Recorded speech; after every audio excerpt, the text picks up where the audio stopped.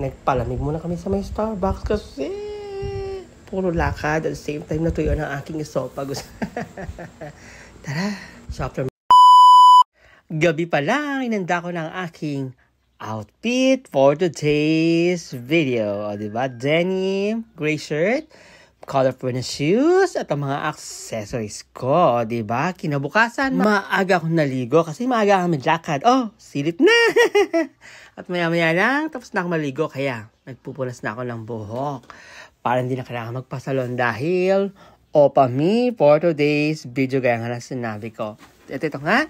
Tapos na ako. At tignan nyo naman ang view. Nasa 4th floor yata kami dyan. Kaya mataas. So habang naliligo yung mga kasama ko, inaayos ko muna aking mga gagamitin sa paggala. O diba? Ang belt bag. So after mga ilang minuto, pababa na kami at maaga dumating ang taxi kaya lakad na. Nasa biyahe na kami ngayon at kita nyo naman, medyo umaambon. Actually, madalas ang pag-ulan dito pero hindi siya ganon kalamig. Medyo mainit nga ang totoosin kaya sama na at sama pa. Medyo malayong babiyahin namin pero okay lang kasi nasa taxi naman kami kasi kita nyo naman sa daanan, makikita pa rin natin ang Marina Bay Sands na pinuntahan natin ng unang araw natin dito sa Singapore. Ang kagandahan dito, gaya na sinabi ko, from metro, accessible ang lahat.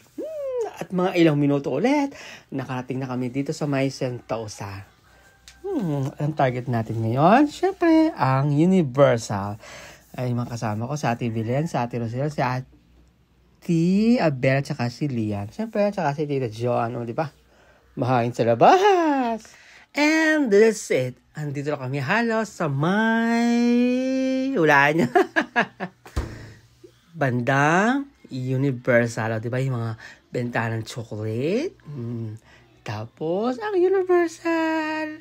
Sabi nga nila, hindi ka nagpunta ng Singapore pag wala kang video or picture dito sa Universal. Kaya, ano pa dapat gawin? Siyempre, makipaghunanan tayo na magpa-picture at kumuha ng video. Second time ko to pero na-amaze pa rin ako. So ang ganap, hindi pwedeng walang video. Model din pag may time. Dito na sa Universal, di ba? Wala akong masabi kaya kilig-kilig na lang. Sige, ang daddy Enyo magpapa-cute at sasamaan ng konting sayaw. Universal.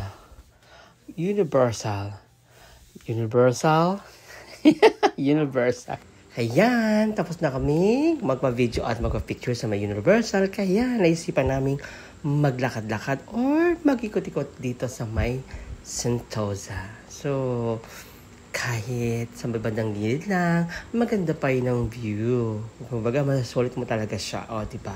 Look. Sa taas niyan is yung maliit na train na sinakyan namin kanina. Diba? Tapos may mga small fountain pa. Nakakalibang siya tapos sobrang ganda talaga dito. Kaya sa mga gustong mamasyal niya, makabukay na maaga para makakuha ng mga promotion. And this is it. Pumasok kami sa isang mall kasi nga medyo naikot na namin lahat at the same time, may kainitan po. Para naman, ma-frescohan din pag may time. May kalakihan ng mall, kaya medyo may kaba ng ating nilakad. Tapos, ito pa maganda dito. Merong Lego shop. Inikot ko. At inikot ko. Nag-ikot-ikot lang ako, tapos nagtingin ako kung may mabibili ako para sa baby ko. Tapos, hanggang matapos kong ikutin, wala po akong nabili. So, maybe hindi pa yung time na to. Baka next time, napagdalaw ko dyan, kasama ko si baby. Tapos, makakabili kami para ito yung gusto niya talaga, diba? Grabe, ang laki ng tindahan ng Lego nito, kaya talaga mawibili ko. At the same time, napakaganda ng mga items na binibenta nila. Diba? Kaya ang mga bata, talagang gustong-gusto nilang laruin ng Lego at mangolekta na rin ng Lego sa bahay nila. Di ba? At ayun na nga, nagpalamig muna kami sa may Starbucks kasi puro lakad at the same time natuyuan ang aking esophagus. Tara, so after magpalamig, ayan, gabi na sa labas kasi talagang tumambay kami matagal sa may Starbucks. Lakad na tayo pa uwi kasi pagod na mi. Pero nag-enjoy ako, diba? Ganda pa rin ang view kahit madilim na. We're home! Diba? Naiba na yung tsura ng buhok ko kasi hinawi ko na.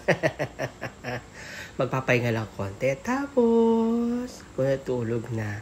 Maraming salamat sa pagsama. Naway nag-enjoy kayo sa ating Singapore tour. Thank you so much and God bless us all. And sana